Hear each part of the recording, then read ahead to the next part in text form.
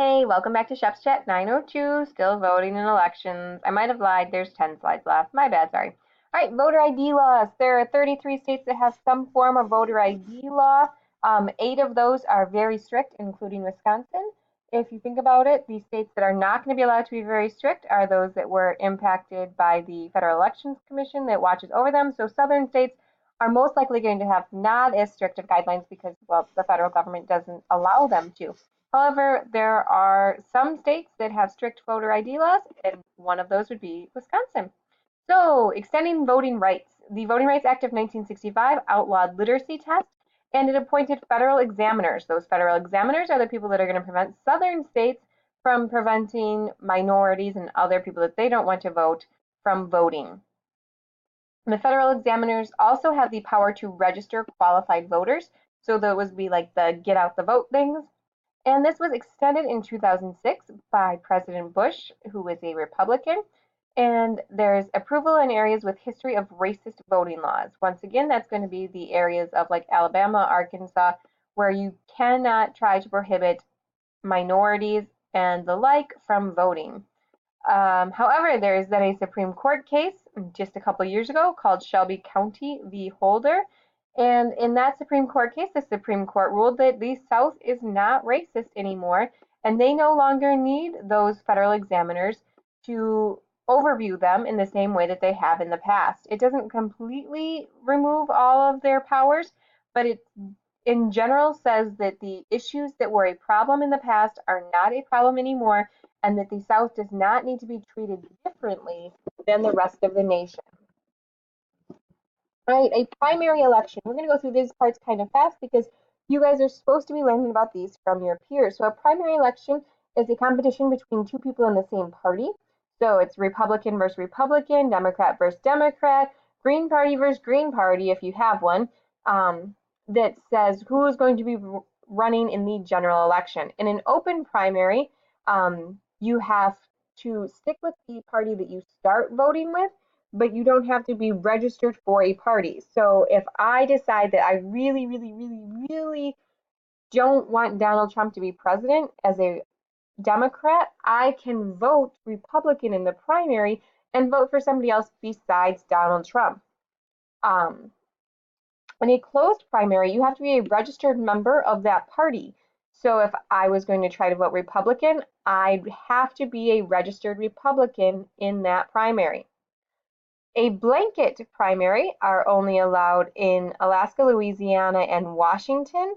And it basically says that it violates the First Amendment right to association because nominees represent the party and the party should be able to choose. So you could vote either or. I could go in and vote for some Democrats, I could go in and vote for some Republicans, and it's a violation of the First Amendment according to them. And then a primary runoff, if nobody gets more than 50% of the votes in some states, then you have a runoff again, and somebody until somebody gets 50% of the votes. All right, there are also general elections. This is what we would call the election. It's the person who takes office would be the winner. In a federal election, are you ready for this, Harry? Federal elections are held on the first Tuesday in November, unless that is the first of the month. Then it is on the 8th. So federal elections are held on the first Tuesday in November. Unless that is the first of the month, then it is on the 8th. There are also sometimes special elections when somebody needs to be replaced due to a death, resignation, or removal from office. There are things called recall elections when the people of the state or the government think that you are so horrible that they sign a petition to get you recalled. That has happened in California and in Wisconsin. In California, it worked and that person was replaced. In Wisconsin, your governor is still the same person. He was not replaced. You still have Scott Walker. And then you can have referendums. This is voting on specific issues, and it's an example of direct democracy, where you specifically vote on, do you think this should be legal? Do you think this should not be legal? And then that is what happens. All right, the Australian ballot, this is what we have here in the United States. It is a secret ballot. Nobody else knows how or you voted or who you voted for. It is distributed and tabulated by the government. Uh, we pay for it as taxpayers, and it is opposed to an open public ballot that were still used in some places until 1888. So when I say that it's distributed and tabulated by the government, some of you interpreted that on your vocabulary sheets to mean that it was like a bad thing. It means that there's less risk of fraud. We pay for it. We pay for everything that the government does because, well, taxes make the government run, and we are the people that pay taxes.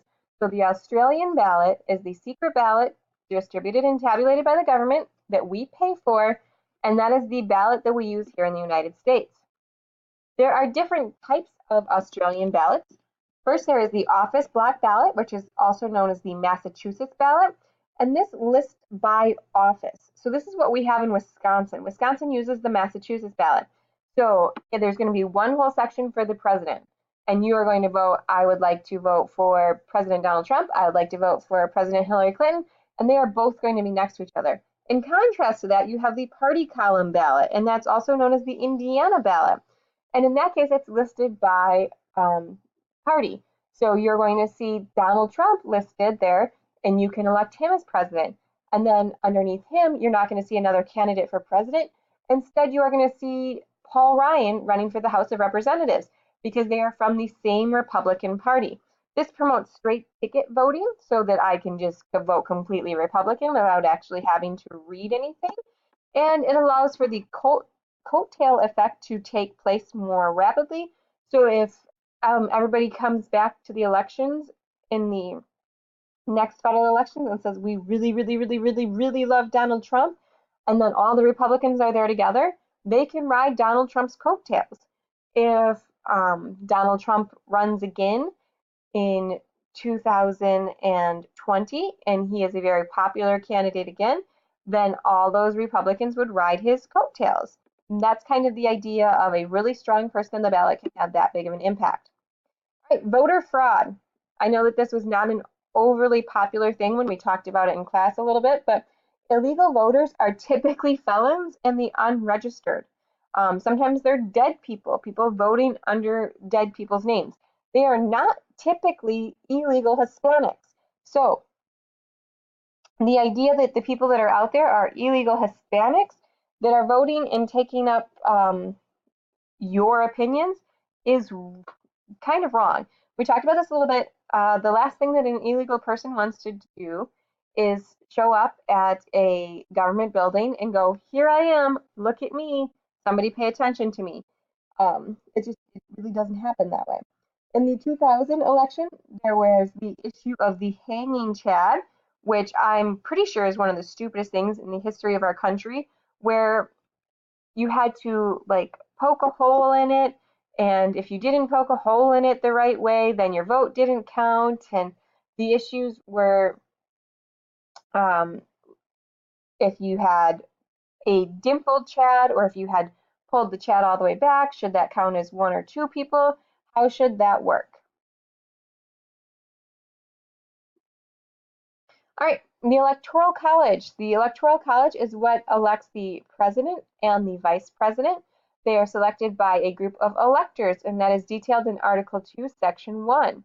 And that is not a power that the founding fathers wanted to give to the general public. They thought that they were kind of the excitable masses, and instead they wanted to give it to dispassionate, reasonable men, also known as property-owning white men.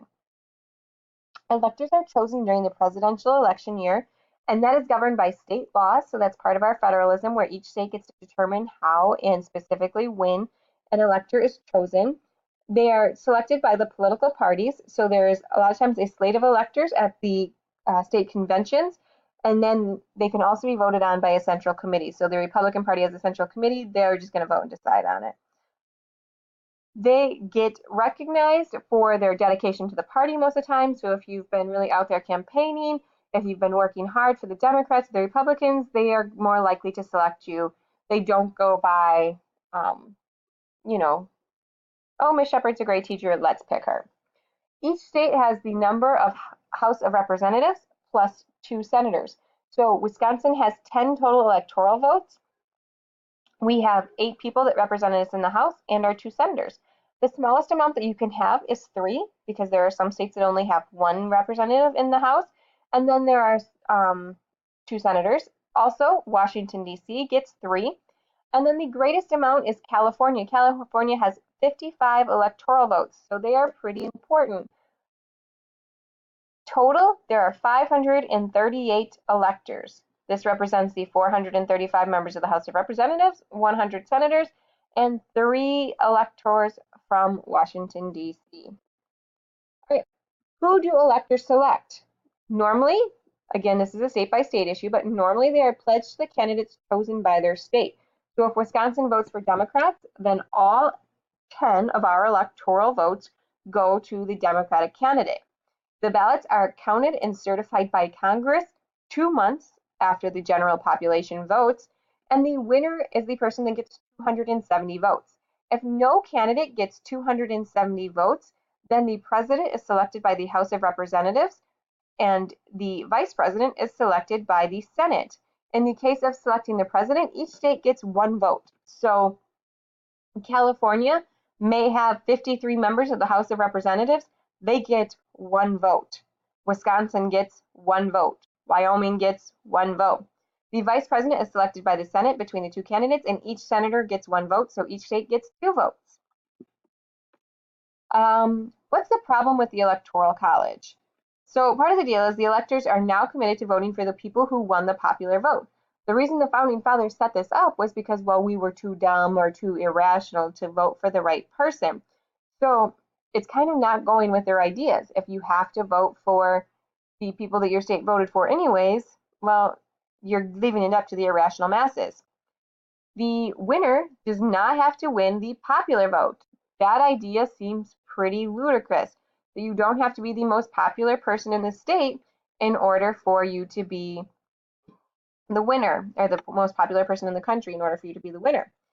The candidates tend to focus more on the states that have the most electoral votes. So a state like Wyoming is probably not going to get nearly as much attention as a state like California. And then the states that are purple states are going to get lots more attention than states that are super blue or super red because, well, you've already got those states won or you've already got those states lost.